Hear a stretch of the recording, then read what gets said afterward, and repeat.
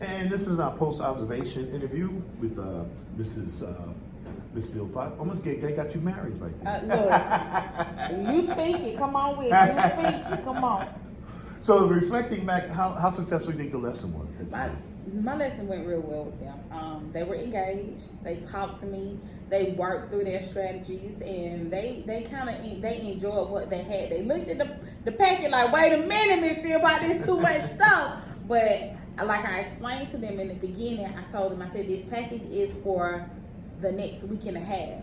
So it has a couple of different standards and strategies in there that we're just going to continuously refer to. But we worked on the first 5 pages. That was our let's see what we're looking for. Look at the passage. Now let's look at these answers. What are we looking for? What are we reading to find? Let's put out those key details. That main idea type. That's what we've been working on so far. So I went back over that main idea portion and that short answer portion.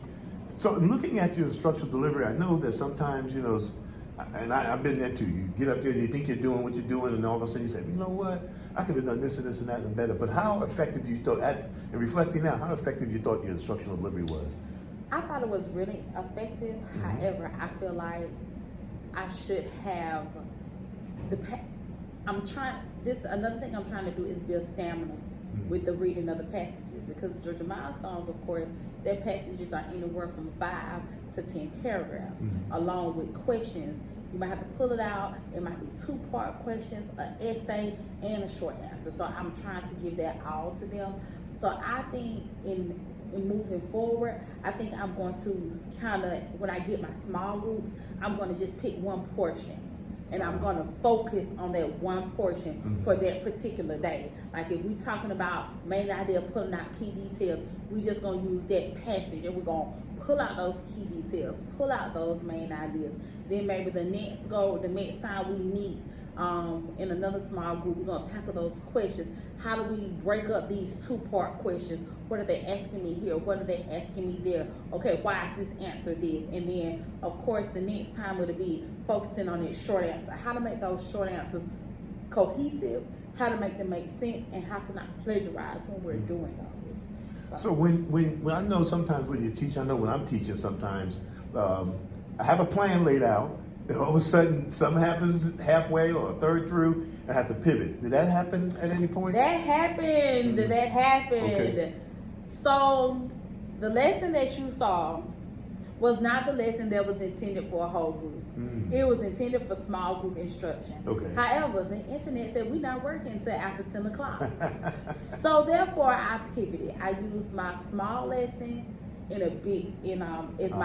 my whole group lesson, which I feel like doing it that way and teaching just the strategy structure on its own, I felt like it worked a lot better. And now when we come to small group, now I can chunk those smaller pieces, and they already know what we're looking forward to.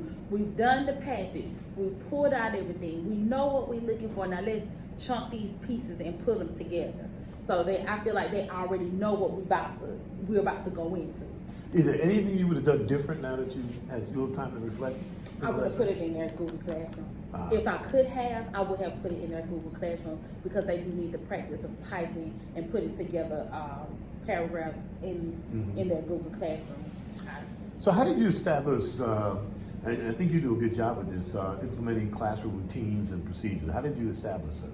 Well, I did. I'm in school, and they talked about, and I read an article about the lion and the lamb, and it talks about teaching styles. It talks about having a balance between the roar and the meekness. So I've been doing this for a long time, and I've had those trial and error pieces.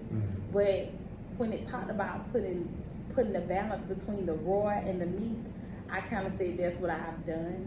Because some classes, I have to be lying from the time they get in to the time they leave.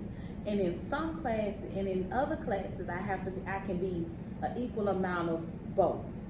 So I think it all starts with when you give your expectation from the first day of school and you follow through with it. So I feel like once you give your expectation that first day and you let them know when they step out of my no, this is not what I'm doing, I'm not acting this, no. And I always say this has always been This has always been my routine. How I act depends on how you act. If you want me to roar all day, then you keep acting up. But if you want me to be the equal amount, then you do what I ask you to do.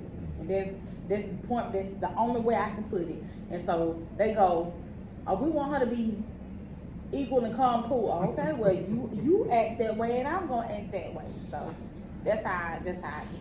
And finally, so how do you, and I guess maybe that's part of how you monitor student behavior, and how do you respond to misbehavior? I don't respond to negative behavior because it escalates the negative behavior.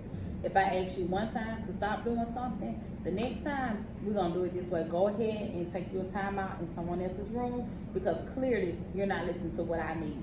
I give them a 2-3 minute break, then we come back. Are you ready? We have a small conference outside. This is what you're gonna do. They're already in there doing ...